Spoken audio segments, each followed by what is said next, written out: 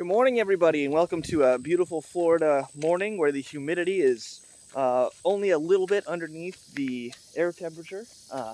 Luckily, we're only going to hit technically 88 degrees today, plus that humidity, so it's not too bad. And the pigs have their wallow and their pasture and all the shade they need, so they'll be fine. And it's kind of a weird week for me here because for two of our pigs, this is their last week. They're going to get picked up and go to the processor. I've got 3 out of 4 shares sold off, and the other half pig I'm going to keep for myself and my family. And then I've got one more that will be growing out, and he's going to go to a USDA processor so that I can sell the individual cuts and see how that goes. Partially because I'm going to I'll be doing my first farm market, fresh market, coming up in, I believe, September, so I wanted to be able to have some product to sell there as opposed to just an interest list, so that's fun. I will be doing some videos shortly about seed propagation and plant propagation, because as you guys know, the pollinator conservation is a lot of what I want to do with my property here, aside from raising the pigs. And so I want to start doing the videos and showing you guys what I'm doing there a little bit more. If you've been following my Instagram, you've already seen some of that. You've seen the home gardens and such. And so essentially what I'm doing is I'm taking the home gardens, I'm doing cuttings and propagation off of those so that I can then plant those plants out here, sell them to you guys, use them as giveaways and things of that nature. So all that is coming very, very soon. The pigs who will be leaving us next week are Pumbaa, the big red guy, and probably Kosher, but it might be Vinny. And hopefully the little roaster goes this weekend to someone who said they wanted him, the wild pig, who is still here. Good news is electric fence is still up and working. It worked through the storms this week and held up, which is good. I did get some new ways to keep the fence tight. I found them at Tractor Supply. I think they're going to help a whole lot. I went on the forums. I asked around for advice on how to keep the hot wires tight. And they gave me a bunch of good ideas and good tools I could get. But then I found these at Tractor Supply. And essentially what these should do is I just stick them on the line, twist it, and it tightens. So in a few seconds here, I'm going to get some chores done off camera, and then I will go ahead and record how that goes to see if it works.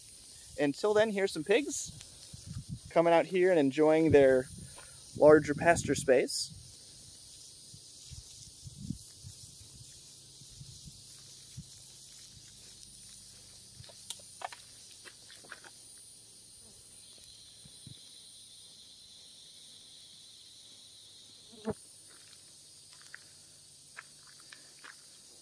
Happy pigs out on pasture. Love to see it. Literally, I love to see it.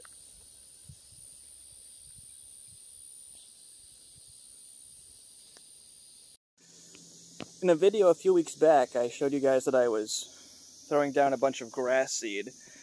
This is just a quick growing grass mix that I put in to help with erosion, to get some of the nutrients out of the soil and into some plant life. As you can see, where the pigs haven't completely ruined it, it's growing in pretty nice. It's going to help along the downhill side of this part of the pig pasture and help with erosion and such, and absorbing those nutrients. And over here, where the little new gilts will start off eventually, the grass is coming in pretty nicely. And that's going to help a whole lot when we get them out here, give them fresh forage, because I probably will start them here. I don't think I'm going to have time to get this pasture set up, although that is the next major project, is getting that pasture ready. I will be investing some money into helping, or hiring some help to get that fence up and running, because as you guys may have noticed, when I do it myself, there's usually some problems, and I'm just getting a little tired of chasing the pigs when they get out. So we're going to go ahead and try and skip some of that. for the next section of pasture. Hire some good help to get the T-posts in, to get the field fencing up. And I'll go ahead and give you guys sort of a tour over there and show you what the general idea is. So when you're searching up a Joel Salatin style pasture-raised farming, I'm going to paraphrase wildly, and feel free to comment below if you think I left out something important or got it wrong. But basically the idea is, the more often you can rotate your animals, the better the forage will be, because you're not completely destroying the entire plant and roots. They're going to start at the top and work their way down. And if the roots are alive, generally speaking, the plant will start coming back and providing more forage. So, I used the rest of the green cover seed base out here, and a lot of it's starting to take hold. There's also grasses and wild grasses everywhere that are coming in pretty nice. As you can see, it's either watermelon or pumpkin, I can't tell right now. There's radish in there. As I was saying a second ago, I have that green cover seed mix that I ordered, greencoverseed.com. Great people there, tons of really good information on their site and from their salespeople. And so I should have everything here growing, depending on how it handles all the rain we've been getting and the heat, from radish to turnips to pumpkins to a couple of different types of grain. And then I came in on top of that, and I put, around this whole pasture, I probably put about 5 pounds of sunflower seed, and just threw it down last week as well. So in the next couple of weeks, with all of the rain we've been getting, we should finally get this into a really nice forage field for the next batch of pigs, which are mostly the gilts that are going to be growing out for us, so that in the fall we can get some AI in there and get us some piglets. That'll be a lot of fun. So do me a favor, take a look at what's growing here. If you can identify any of it, please go ahead and let me know in that comment section. Let me know what kind of grass is growing if you can identify it. Let me know what sprouts you're seeing. I'm definitely seeing melons. I'm definitely seeing, I think this is something good. I forget what it is though. It might just be one of the grasses that we planted. But there's a lot of stuff out here growing for all the animals, and that is great. And what that's going to do in turn is also help build this soil up, because this soil right now is just clay sand combo.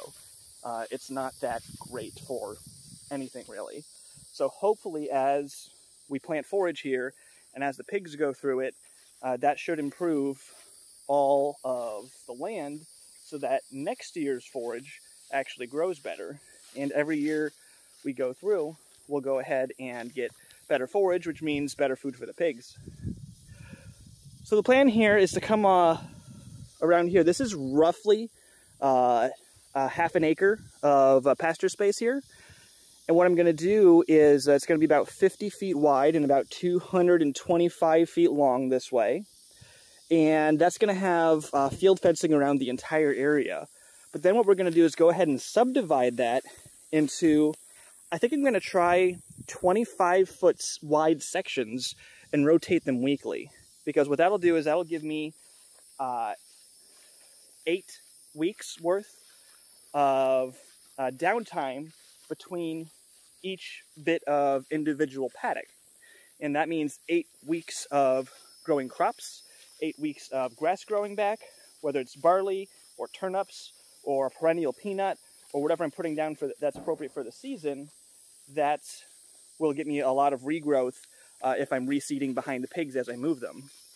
So when the pigs are bigger, especially the mama pigs when they're bigger, they'll tear that up probably down all the way down to the dirt in a week. But if I rotate them very quickly, we'll go ahead and be able to reseed and get them to the next pasture and give that plenty of time to come back. And then eventually, probably for a winter project, coming down the hill here, going back into these trees, I'll probably do the same thing with another set of fencing. This will give us a whole lot of space here. This will be, and I haven't decided exactly how it's going to get set up. Feel free to leave some comments below. But I think what I'll do is allow, essentially come 100 feet off of up there towards this way, which will bring us to roughly in line with this tree here, right?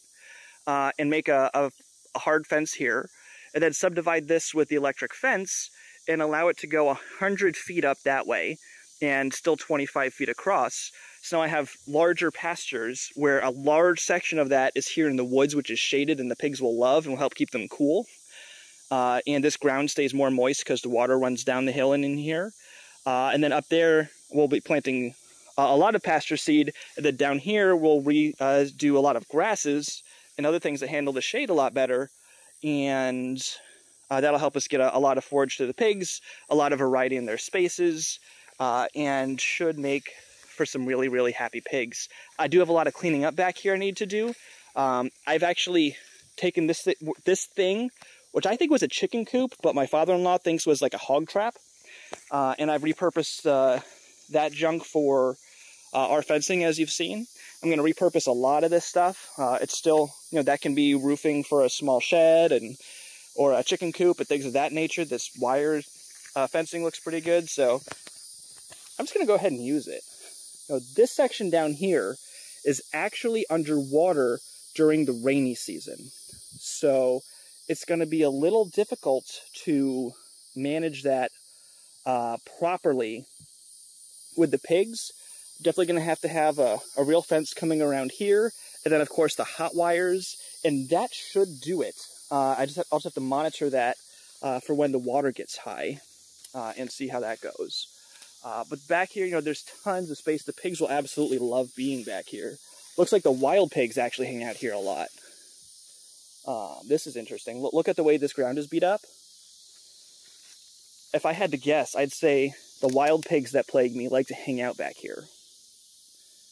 And that's what's roughing up the ground over here.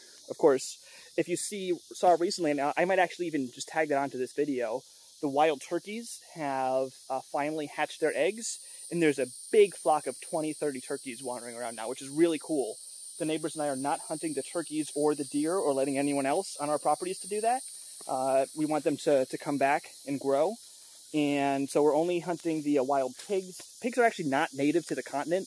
They were brought here by the Europeans when they colonized, and then they took off and, made themselves native, as it were. So I'm not hurting the native ecology at all. I'm actually just restoring it back to the way it needs to be. So, yeah, those are the future plans. A lot of this is, 2 months out. Some of it is 6, 8, 9 months out. That's what we're going to be doing here. Especially as we get the piglet breeding program going and start supplying local farmers with some black beauties, which are Berkshire Mason crosses. And those are going to be awesome. I'm going to do some videos just discussing what those breeds are and why I chose them. Probably pretty soon. I can do that in the air conditioning instead of wandering around out here and sweating my sunglasses off. I almost said something naughty. But anyway, this is probably it for the video today. I'm going to go ahead and get my hotspot back on so I can get back to my 9 to 5 job and get some work done.